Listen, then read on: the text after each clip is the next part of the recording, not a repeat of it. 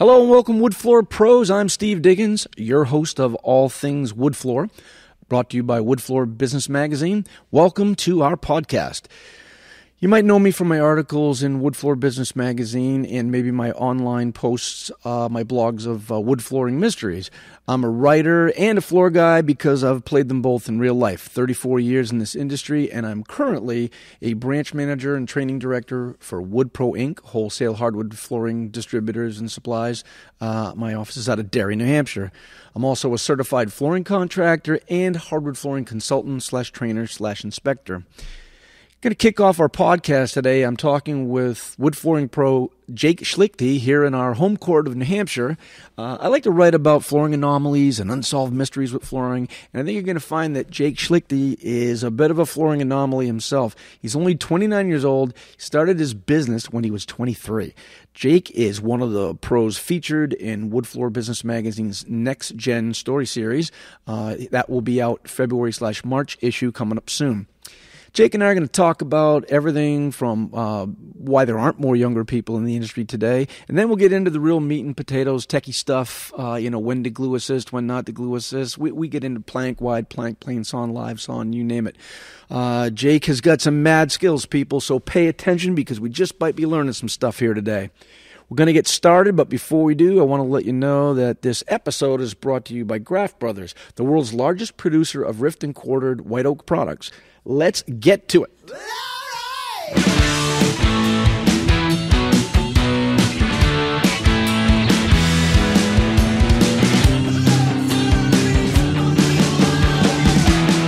Okay, Steve Diggins, Wood Floor Business Magazine, and this is our first podcast. I have my guest, Jake Schlichte from North Country Hardwoods. Jake, tell me a little bit about North Country Hardwoods, and welcome. Well, thanks for having me, first off. Absolutely. North Country Hardwoods, we're based out of southern New Hampshire. Just really trying to perfect the sand and finish world. It's kind of a dying breed, it seems, these days. Just a younger guy in the industry trying to make a way. What's your deal? You're in a good spot. I mean, you're where I grew up. This was a clear market forever, and they moved it to kind of a select and better market. But, we all got in there with red oak, white oak, sand finish, the other thing. What are you guys doing these days that's probably a little different than what we were doing? How did you start out, and what's like your forte right now? So what's really hot for us right now is the white oak plank, for sure. A lot of live sawn, a lot of character grade. It seems to be, we're in that market where it's either super modern or it's real country. Yeah. So it seems to be either, a floor with a lot of character in it, a lot of variation, or the complete opposite of like a European select white oak that's, very structurally the same in the grain pattern, very modern. Well, I worked your area, and at one point we wanted to be different, so we would do is we'd give away a border or beg that we could put in a border because no one wanted to pay for it, but we wanted it on our resume. But you're working with wider plank, which is super, although you're starting off more complicated because, you put a strip floor and there's one thing here in New England, but when you put anything over 5-inch, there's a lot going on, and you're working with live sawn material. I taught flooring for 3 years. Everything, quarter sawn, rift quarter, whole classes in quartering wood. Live sawn's even new to me. When you're working with that, how do you sell that? What's your pitch on live sawn? Because a lot of guys don't even know what it is. Well, it's funny you say that too, because I just made an ad about this on my business. You see a lot of trendy stuff now with the white oak, pressing French oak, and a lot of customers don't even understand what that means. They're just getting sold on the next trend. We really try to educate clients and, what they want. If you want a lot of variation, then a European oak is not going to be what you're looking for. And a lot of these finish options, I think, is the big thing for us too. Yeah. A lot of these European oils, a lot of waxes and stuff like that, a lot of people in the trade, a lot of pros in the trade that just, they haven't seen, it's gone very far from just your standard oil-based finish. Well, you're way ahead of the curve too, because you made a really good point, and you're a young guy. I did this I don't know, 35 something years, and you get away from it and you do other things. Like I did 10 solid years in the trenches and then on and off and then other things. But, I think that what I found that made my company popular, and I see it in the ones that are my better customers and guys, and you just said it, is you don't just go in and go, hey, oil is all you use. There's nothing else that's any good. If the customer wants some type of a buffed wax finish or a stained finish, it really is, you tell me what your needs are, and you probably look at them and go, all right, well, listen, there's a practicality here. You get 9-inch planking over radiant heat and you haven't turned it on yet, and you want, tongue oil. It gets more complicated than when we were just slapping down oil, et cetera. So you're already starting the curve difficult by using the wider planking. When you're working with your products, what's your situation on gluing? When people go, should I glue assist? Should I trowel glue it? You're working with bigger products. How do you set that up? Right. So that, I guess the biggest obstacle for us is dealing with builders on new construction. Like you said, they're used to the strip flooring that, comes in, maybe acclimates a day or two, if any, and just gets banged right in, and it's just flooring as usual. So the big hurdle for us is, educating these builders that these wider products, they need to be perfectly acclimated. The subfloor has to be great. And then the added cost of adhesive, and all these things add up. In the builder world, they're just trying to turn trades over as fast as they can. So I think our biggest obstacle is, educating them and these designers that, if this is what you want these 9, 10 plus wide boards, that it has to be properly dealt with from the beginning. I can set up somebody with a quarter sawn or rift and quartered, whatever it might be. I haven't heard this pitch myself because it's still fairly new. When you go in and you talk live sawn, it's got to perk somebody's interest. How do you explain the live sawn compared to your other cuts that you're selling? Live sawn's going to have your most variation from board to board. Some boards are wild. They're grain patterns that most people have never seen before. So when they're looking for a more character grade floor, it really jumps out. It's just got this beautiful variation in boards. I saw some of your white oak online that you did. You did a big open concept one. I actually use that as a background too. And not only does it, I don't like to use the word tight. It looks tight and smooth and really slick, but the planking looks flat. It looks super cool. And the graining pattern, like you said, it's varied. You do have some figuring. You do have some natural characteristics. It looks super cool. Are you a little more worried about the setup on the wider plank stuff right from the beginning? Because, people will call you and blame you for everything under the sun when a plank goes wrong. Right. So again, it goes back to educating the builder or the client on what's going to happen. The living condition that they're living in their house is very important. So even far after we're gone, if they don't keep that moisture content to, a stable condition, your floor is going to move. Yeah. Substantially, especially with these wider planks. So even when we do, often when we get into the really wide stuff, we're going to full trowel. I like the full trowel. It gives a whole bite on the whole bottom of the board. Yep. And, they still have to keep that relative humidity where it needs to be, which is a big point. Absolutely. That's cool. Now you got into this. What I'm thinking, maybe I worked with your dad ages ago. Your dad and I knew each other in high school. That's wild. I didn't know that. Great. He walked into my building one day and I'm like, I know you. And he goes, oh yeah, you do floors. I go, no, you're one of the greatest soccer players that ever lived. We used to try and take the bus across town and go, oh, that's Carl Schlichte. He's so scary. He was a goalie. Those guys were incredible. And then I got to meet him and sell him some product and do some flooring and stuff. And so you must have got in there somewhere around 2012, 14, 13, right in there? Yeah. So I've owned my company now for just over 6 years. Cool. I've been, like you said, my father was in this, so I've been in this trade my whole life. I remember sitting on the buffer when I was a kid while he was buffing. I know, right? Sitting next to the saws with a broom and a dustpan, and every cut he'd make, I'd have to sweep up, just kind of stuff like that. So I really started from the bottom. I mean, I hand scraped corners and palm sanded and brought in bundles of wood, for probably 2 or 3 years before I was, ever allowed to use the saw or nailer. At that point, it was like a privilege. Like, wow, I get to nail in this closet. I know, right? Everybody is so ecstatic to have work until you realize you got to help her, and you go, I want to put this guy in the edger immediately, but that would be a disaster. Everybody always says, yeah, I got a new guy, I'm going to put him on the edger. I'm like, you crazy? That could take forever. It's funny you say that too, because I run it's just me and a guy right now, and I run the edger. Yeah. The edger is the hardest sanding equipment to run. It causes the most problems. Most problems, most imperfections, and he's been on the drum sander since almost day one. Wow, that's crazy. But I was reading the article that we did in Wood Floor Business Magazine on the next gens, and that's the big thing. We're trying to focus on who are the new guys because we need them, to get them all the help we can possibly get them, because I do consulting all the time, and it wouldn't get anywhere each day if I didn't learn from you guys, because there's things happening in the field that are different that we need feedback on. But why were you getting yelled at a lot? I read in the article you were getting yelled at a lot. Always get yelled. You can never move fast enough. It's just never, an option. So I guess my dad ran a real tight ship back then. He had 12, 14 guys, and, efficiency was everything, especially with these spec house build, strip floors. It was how fast can you turn them over until you make money. Did you see a difference, knowing that you watched your dad? I used to watch the guys that worked for me, and they'd be like, hey, it's 5 o'clock. Yeah, well, we got to go. And we could have this floor coated in 20 minutes and tomorrow be on to the next floor. Could you see a difference after working for him when you owned your company? And, I guess I know why we stay late now.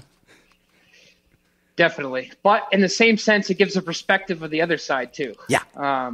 Where, to an employee, it's just a job. It's how they make a living. It's not necessarily like, they're not as passionate about it as you are. They're never going to care about a floor like you're going to care about a floor. Right, I guess. Absolutely. So I take that into perspective a lot of times. I burned through a lot of employees that way of just staying late every single night, trying to, burn the candle at both ends. And that's what happens. They get to a point where they're, I could do 100 other jobs for the same amount of money that are nowhere near this labor intensive. Oh. And I think that's where a lot of younger guys run into issues now with hiring people, is that they just want to run all day, every day. And it's going to be hard to find a younger employee that's going to want to do the same thing. Yeah, and you made a good point, but you come from both backgrounds, so you can kind of impress upon them. I mean, you buy a grand piano for $20,000 and you put it in your house. You don't send the scrubs out there or the new guys. And you're putting probably the most pristine, most precious piece of furniture in these people's house. And there are guys on these job sites, they've been there painting and finished carpentry. And then you show up. They used to call us the prima donna floor guys. And they're like, why did he send me home? And I've been here for 6 months and we've already had 3, fire pit parties. And then at the end of the year, they have a big party and they're going to close on the house and everybody's having a beer and the floor guys show up and they go, there they are. There's our flooring people. And everybody hates you. But that's at your point with your guys. You have to be on them. You're providing a custom finish service. Right. I mean, don't get me wrong. This trade is very rewarding, especially when you take something from an install point and sand it. And you do these custom finishes, and to be able to stand back in a really nice house and be like, that's what we've done with our hands is a great feeling. Do you feel more like a contractor, finish carpenter, kind of guy, technician, or a wood craftsman? Man, I'll tell you, I think as of late, I feel more like a designer. Yeah. Hey, that's a good point. I'm really into the colors and the textures and the feels and stuff like that. It's easier to sell these waxed finishes when you really have a good concept of their end product. It's not a plasticky feeling. It feels like raw wood. It looks like raw wood. It's a very natural feel. There's so many benefits to it that I think a lot of people just don't know about. It's not – your average person isn't on Instagram following floor guys. They're looking at cars or whatever it may be, or maybe just home interior design and stuff like that. And there's so much into flooring now that kind of bleeds into that. No, you're absolutely right. So I would say you're second generation. So you literally grew up in this. I'm that classic guy that the economy, hit the skids, and somebody said, I was playing guitar with a buddy of mine at a party, and we were both building furniture and guitars. And somebody offered us to do a hardwood floor, and we did it, and it came out so good. People started throwing money at us, and eventually we started a business. We quit our jobs, but I was probably like 24, and it actually put me through college because I could go at night and study and this and that. But, I mean, you seem like you were like bathed into this. Yeah, I mean, my father came from the same background that you did. He tells me stories all the time. The first pre-finished floor he ever installed, they had to read the instructions on how to install it. But he was always an installer growing up. When he first started, he'd sub out his sanding work to guys, and then he started getting in-house guys. And by the time I got into it, he realized that the money's really in the sand and finish. It's easier on your body, and your knowledge is worth a lot more. So I was just kind of forced into the sand and finish world. I wanted to install. When you're a new guy, you get to do more on the install. Yeah. You don't mess up as much stuff when you're installing. So, I like going on the job, getting everything running, and then shutting it all off, cranking up the radio. Somebody brought coffee, and we this calls the singing floor guys. We would rack out flooring and sing and crack jokes, and then we'd kick all the gear in and we'd start nailing. But, somebody had said the same thing to me. You'd make more money sanding and finishing. We were like, well, we're getting both. But right. there can be some risks at that, too. Do you think that at what point when you got going and all this, did you say, this is my thing. This is going to be a career. Or was there something else that you thought you were going to be doing, or this just was it? I hated flooring when I was growing up. Yep. I remember telling my mother I'd never be a floor guy. I got big into the racing world for a while. I got linked up with a company that would build racetracks and sanction all the races and travel all over the country. It was a great gig when I was young, and I had a kid, and it kind of changed my perspective. And I came back home, and I'm like, I'm best at doing hardwood floors. That's what I'm good at doing, and I'm going to run my own show and call all the shots and kind of take away all the stuff that I disliked working for my father at the time when I was young. Do you think once you put your hands on a sander, you're toast? You're not going anywhere. I tell people all the time, everybody I've ever known that got behind a sander and tried to leave this business came back to it. And I believe that we'll get Tom Cruise back any day now. Someone will do this. You make a good point. You get sucked in. You're not perfect at it, but you get better and better. It's like a video game. And then you go, wow, we got oak coming up tomorrow, and next week is pine, and we didn't perfect that yet. And then it's kind of a grudge match. I want to be better than every guy out there. And you learn and learn and learn, and you try to get better. Then you see other people's work, and you realize what you're capable of doing. And to me, it's still a craft. I like the smell of the wood. I like working with it, figuring it out. I don't like when things go wrong, so I'm always really cautious to set the job up right. So it sounds like that's how you got it set up in this. Totally. And like you said, I mean, in the sand and finish world, there's no such thing as a perfect floor. No. You'll always find a flaw somewhere. So, most times it's the next job, how can I be better? I love walking into floors that we do for a client and they're great and they look great and they love them, but I'm always like, there's a little something that I could do better on the next one. Boy, you're starting this off right, because when I got out of it and started doing distribution, I'm like, I want to meet these guys that I've heard of, that are the best of the best. You've heard them. There's a bunch of names in our area, and you hear about them all over the country. And I wanted to know more about why they were so great and what they did so well. And you start setting your own bar. And you know what they all say, and you just said it. They have a form of it. They'll say, I don't like my floors. I've never liked the floor I've ever done. We're not working in a vacuum chamber. This isn't furniture. And I remember the very best floor I did, and I've got a picture in the background of a pine floor you did that looks amazing. I did one like that, and I went home and I said, I think I just did the best floor I've ever done. And it was really exciting. And I got a call, and they came home, and they dragged the refrigerator across the entire floor, perpendicular to every row. Couldn't go with a row, right? And asked us what we were going to do about it. The finish wasn't 8 hours old yet, and the couple almost got divorced over it. But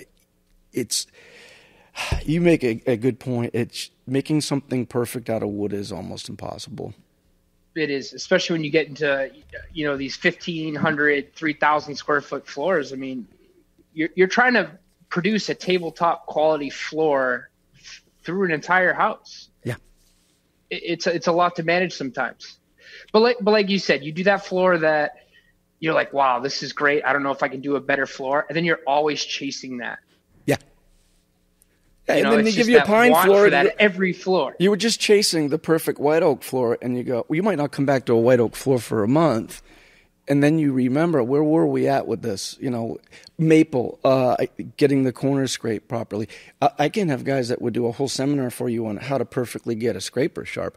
I know guys that used to throw them at me and go, well, you do this. I'll scrape, you sharpen the thing. That's a skill in itself right there.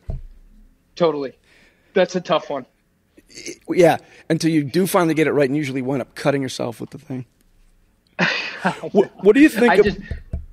I was going to ask you about, when we were talking about you being new school and there's old school, do you see a difference between like what you're doing and you're probably working with younger guys as opposed to when you're working with the old school guys on a job site or just, you know, watching online or seeing their work? Yeah, I mean, I'm pretty well connected. That's why I love social media. I can't preach it enough. I love talking with the younger guys because they all have that passion to take it to the next level. Where I feel like a lot of older guys they're set in their ways. They want a Lambswool oil base. That's it. Yeah. You know, when water base came out, it flashed off so fast. It was so hard to work with it. It just left a bad taste in their mouth, and they never went back. No. And there's so many options and so much progression in sand and finish now. You really have to be on top of it to be with it all the time. It's hard to keep up with it. You see the internet and that being sometimes, I see sometimes it's a detriment. Like people have already educated themselves before they even want your opinion. Yeah. Oh yeah.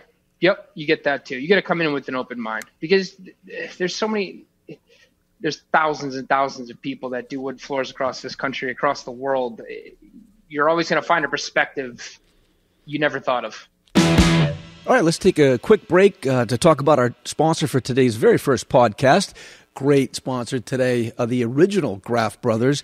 They have their headquarters and worldwide sales offices situated on a beautiful 70-acre site in South Shore, Kentucky.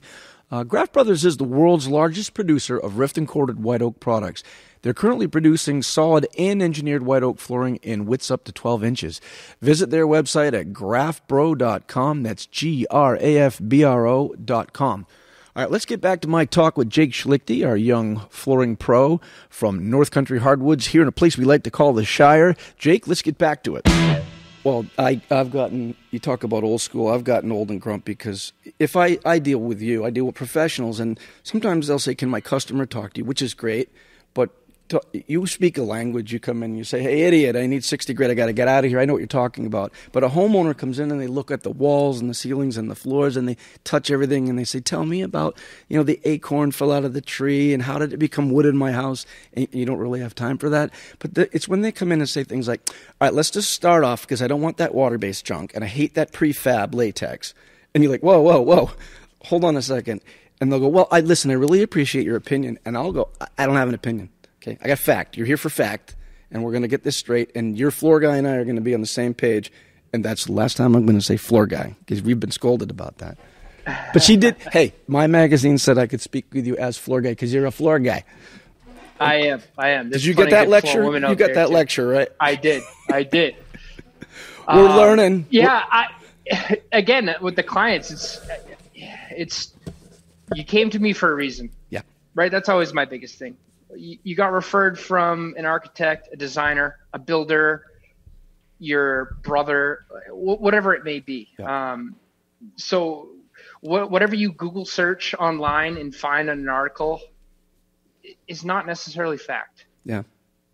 And sometimes it's a hard thing for clients to overlook. You know what? Honestly, if I can't connect with the client like that, then we're just not the right fit, and that's fine. Yeah, they can find what they're looking for another company. Aren't those sometimes that's a good point about the educational curve is there's a maturity to being able to walk away from something that you know is just going down the wrong road. You're gonna hang for this. They're not gonna do it the right way. And you'll know the right way because you said it. You give people options. Here are your finished choices. Here's what it's gonna look like aesthetically. But maybe you've got kids or dogs or sand, or it's a new home, a new construction. There's gravel coming in. There's a lot of things that are different that you've got to set up for these jobs to make them perform properly. Do you think that there's any challenge to being younger in flooring? I know there's not a lot of help out there. Do you think it's more challenging? Like somebody like your father, can he go out and get work quicker and easier and faster on a drop of a dime than you, or is it harder being younger? Yeah, so actually this is what I talked about quite a bit for that article. The hardest point for me when I first started was I am young, but I look even younger than I am. So the hardest thing is just the sell on these bigger projects, I think. We're walking into a lot of these big custom houses, and not only are we the youngest, am I the youngest contractor in there, but both of us are the youngest people in that entire house working. Yeah. And these people are spending big money on these floors. Yeah. So I think at first it kind of bothered me, and this should go for a lot of younger guys. I was kind of nervous at first doing stuff like that, and it was always a hard press to kind of maybe throw in something free, like you were saying, for like a border, or trying to impress somebody for a portfolio. But, after a while I realized that if you spend 15, 20 minutes talking to me and you're really interested into your hardwood floors, you're going to realize not only have I done my research, but I'm extremely passionate about this trade. Yeah. And I've really worked on conveying my knowledge to somebody that has no knowledge of hardwood floors, which is another big thing. I don't roll into an estimate and say, oh, we're going to use planetary sanders on this, and this is my grit sequence. They don't care about that. What do they care about? They care about durability, how long they're going to be out of their house, how clean, you are, and are you going to show up on time? Yeah, you're absolutely right. Those are things on my end as a distributor and a technician that are super huge, because you're the kind of guy that'll come to me and go, listen, this is something I haven't seen. What do you think? And you'll give me your recipe, as we call it, and I'll say, well, have you thought about ceramic or non-ceramic? Have you thought about your grit progression? Because there are people that come in here with pictures, and I'll go, why did you go from 12 grit to 80? But see, you've got that wrapped, and you got a good point. Your customer doesn't need to go there. They just need to know they hired the right guy, trust you, you're doing the right work, it's going to come out the right way. And that's not so much an age thing. It's a maturity thing that you're already bringing to the table. I find guys that put their time in the trash as a wood floor expert, whether you're a man or a woman, it's that maturity to know I'm going to make mistakes, learn from it as fast as you can learn from it, and then ask questions. I know guys that were younger than me used to come into my office and they'd just be quiet. And after 2-3 years, they'd say, can I ask you a question? They're that afraid that you're going to judge them, when really it's just a giant consortium of people that are helping to build up our craft, build up our trade. You sound like you got a super good grip on it at an early level. Well, thanks. And I think, you make a great point too about, walking into the distributor and asking questions all the time. I'm not a bashful person, so I have no problem asking anybody any question, but I've learned a lot because you guys see so many wood floor pros on a constant daily basis. Yep. Yeah. So sometimes I love walking in there and go, hey, I'm using this new product. Do you know contractors that have bought the same thing? And you're like, yeah, I just sold it to so-and-so yesterday, and this is what he says he likes to do with it. I go, well, that's great. I never even thought of that. Why throw it to see if it sticks when 8 pros can tell you whether it worked or not? Hey, they might have an opinion, but you can sort out the fact based on the application. I think that's smart for you. We were talking. I was teasing you a little bit about. We've talked about. We grew up in this area. You're a floor guy. Hey guys, what's going on? Floor guy. I even helped start a company called the Floor Guys, and it is different these days because we never saw women in flooring, and they're out there and they're doing a really good job. And I just remember because I was talking with the magazine saying I'm going to watch my floor guys and clean them up left and right. But I do remember when I was 27, we had to work Easter. There was a family that couldn't get in their house, and we had to do this. So we worked Easter morning, and when we were leaving, those cool little multicolored alphabets, they're plastic, you can put on the fridge in magnets. the little kids left us Easter cookies, and they put "Thank you, floor guys" in those letters. So it's kind for me for a term of endearment. But yeah, there's a lot of new people out there doing things, and it is cool. It's funny when you go online, you see a pink rotary sander.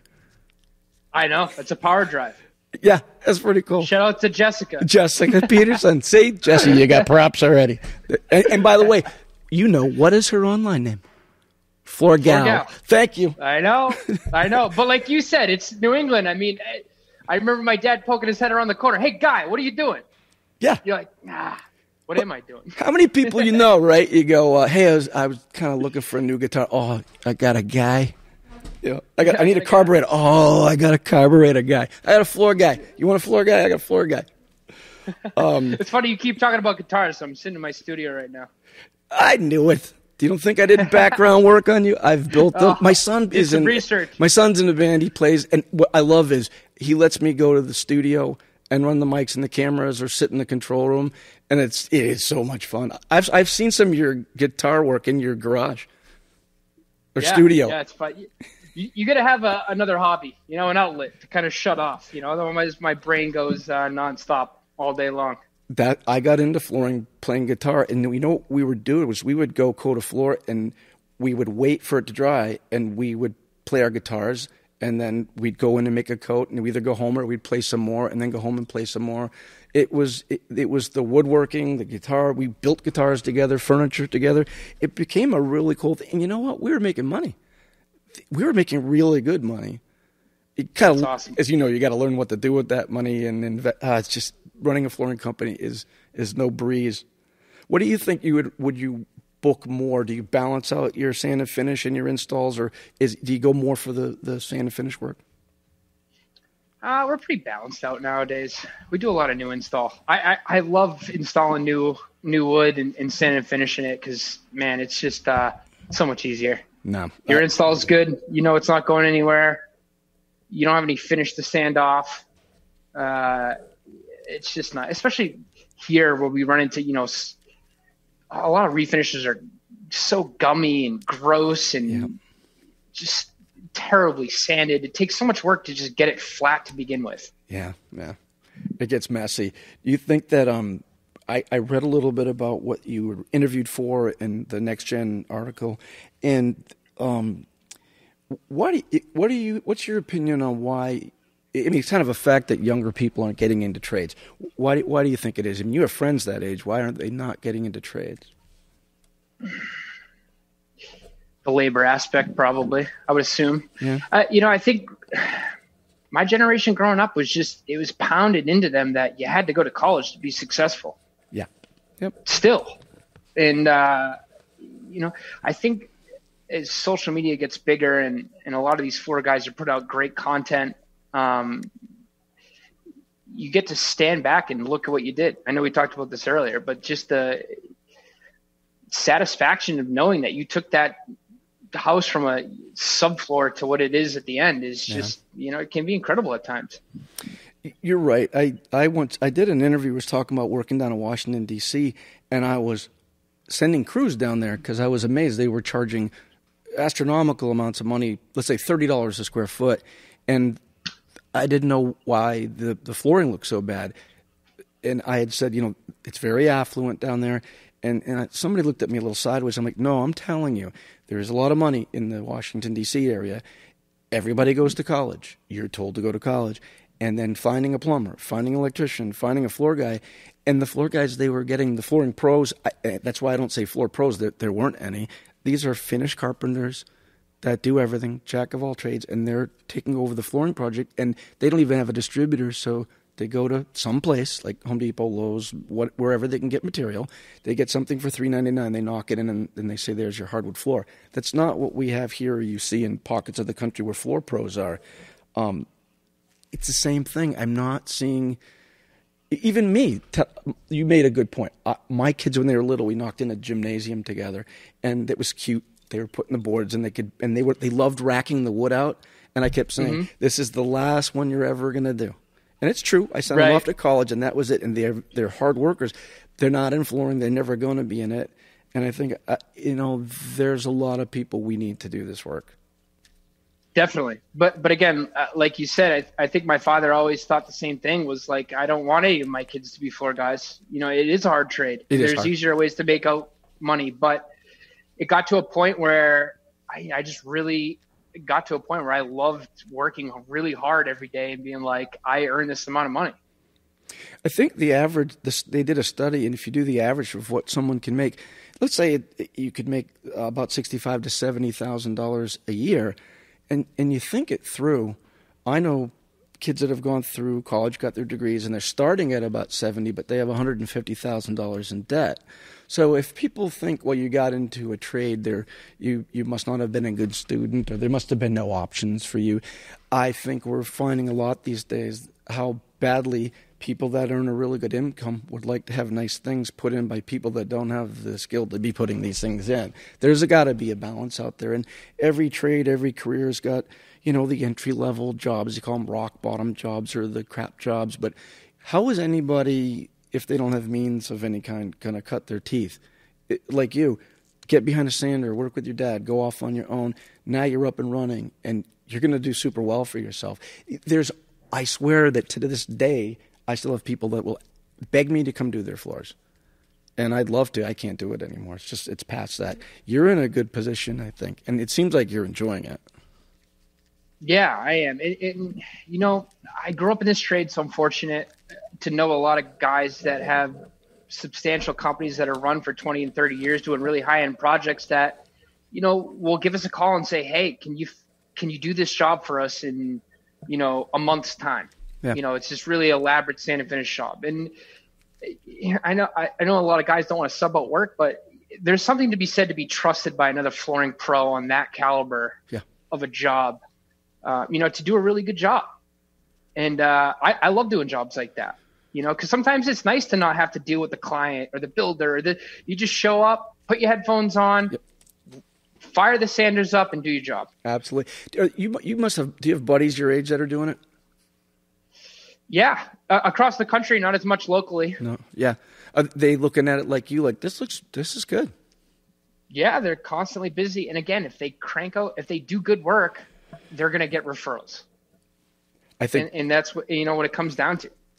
I think that's what the industry is trying to do. That's what wood floor business is trying to do, is to. I read some articles, and I read some of those that you were involved in, where they're talking about, we need to sell the industry, we need to do this or that. No, we have to honestly provide a professional opportunity to do something good. We don't need to trick anybody into getting out there and swinging a hammer. It's not for everybody, but there are people that are crafty enough, they've got skill, they like hard work, they like that it's so it might seem repetitive, but it is not. There's no floor you're going to do tomorrow that's exactly like yesterday's. Totally.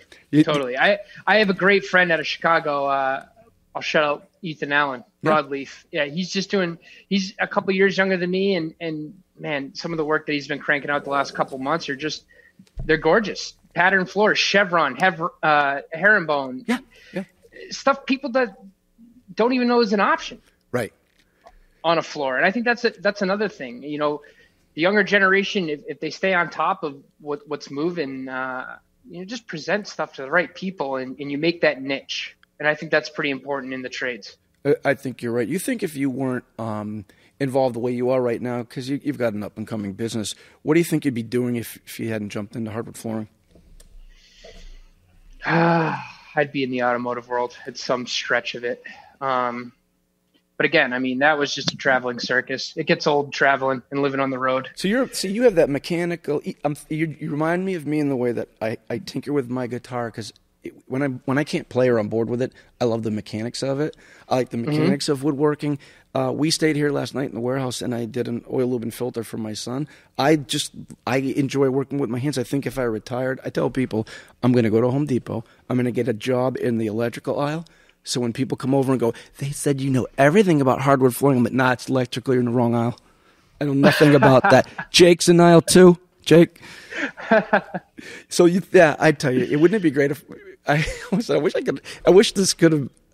I said if I could have played as much guitar as I did studying hardwood flooring, I'd be fine. I'd be touring. It's not happening. Yeah, well, I'm sure you know my father jumped into the distribution world too, so that's kind of piqued my interest. Yeah. He did. Well, he was always like a hybrid because he had his floor company and he would buy from us. He was a pseudo distributor. Now he's a distributor, and it's a good thing for everybody because you need people with a professional background to kind of keep that stuff grounded. That's a huge part. Huge part. And it's funny you say that too, because I remember first starting off, I would take the extra 20, 30-minute trip to another distributor because they knew what they were talking about. They weren't just salesmen or just some hired guy behind a desk selling product. I felt comfortable asking a question in depth and getting a legit response back. Well, that's why they call you the next gen. I remember guys that are now work with your dad or other people in the industry. And I remember when they would come in my office after their boss left and go, well, what if I got into this? And then they'd start their company. I have a buddy of mine. He's been in the business forever. And you say, well, what is it that you do for business? And he doesn't say floor guy. He goes, I'm in business to train other flooring people to open their businesses. That's another trick to this industry. It's kind of, you get earbug, you get going. Guys will tell you could have, I had 22 guys. It was a disaster. 3, it's perfect maybe. 2 sometimes 4, depending on what you're doing. What size crew are you operating with? As of now, it's just me and a helper. Yeah. I've had 3 guys at one point, and it just becomes, you're just putting out fires constantly. Absolutely. And you're not getting as much work done. So, he's a good enough craftsman and a floor mechanic to run a job start to finish. So, if I have to go run out and do estimates or meet with designers or builders, he's more than capable of doing a job start to finish at the quality that I expect. So it's just easier for me now to trust one person. To do that. I'm looking at getting a helper for him to kind of take it to the next level, but you really don't see those companies anymore that are running double-digit guys. No, they got smart quick. I think they learned from other people that it's very, very tricky to do. You're not profitable. There's more hassles. And by the way, what'll happen with more than one crew. If anything goes wrong, and something always goes wrong in flooring, they come after you. They have to. Where's the guy that sold me this job? Where's Jake? I need him on the job. Why aren't you at my job? Well, my guys are good enough. No, that's not what I paid for. It's a slippery slope like that. I'm going to do you and I could talk forever. I want to rifle through some of these quick questions they gave me, just see what kind of response that you got, and we can wrap it up. But I like this one. You got a favorite person in the flooring industry? Oh, favorite person. Yeah, everybody's got somebody, a mentor or somebody, and I gotta say Eric Herman. Yeah, out of Manhattan, love him. Yeah, he's like a father figure to me. He's the king of samples. Right. If you are looking for a specific designer color, I can shoot him a text and he'll crank out this formula, and I'm like, I don't even know how you know that, right off the top of his head. Do you find a connection with these guys? Like I find that when I ask people that they light up, it's like a brother or a mentor. They really like this person, and it has to do with flooring, and it's a legacy thing. Yeah, it just comes on that. He's doing some of the most incredible floors in the country, and just a personality level, we get along really well. I actually got to go out there 2 or 3 years ago and check out his operation, and man, it just kind of put things in perspective. Like, I'm gonna start doing this now. I'm gonna start making more samples. I'm gonna start talking to clients like this. Like, it's just always that next thing that kind of piques my interest, and I gotta apologize, man. You're a lifer. You're going nowhere. To put the guitars away. You're sucked in. What's your favorite? One way or another. What's your favorite wood species? Man, I love white oak. I don't care how boring it gets and how many white oak floors I see. That'll always be my favorite. Well, here it was 100 years of red oak. Literally, I could ask what neighborhood somebody's in. I go, I know where it came from. Diamond Lumber. It's red oak. It's 2 1/4. Bruce, Mississippi plant, 1985, just before the heavy rain season. And people look at you, they go, really? Nah, I'm just winging it. But you got red oak, and your stairs are red oak. Your stairs are definitely red oak. That's a fact. And I would love to work with bird's eye maple, but for $35 a foot, and nobody wants to pay, you're not going to get a floor out of that anytime soon. You got any flooring pet peeves? Stuff that drives you absolutely crazy. Yeah, like improper scraped corners, like just basic 101 stuff that gets skipped over and overlooked. It's Bad just vacuuming. laziness. All that stuff, man. It's just laziness. Yeah, and it sets everybody That drives back. me nuts. How about tools? You got any favorite tools?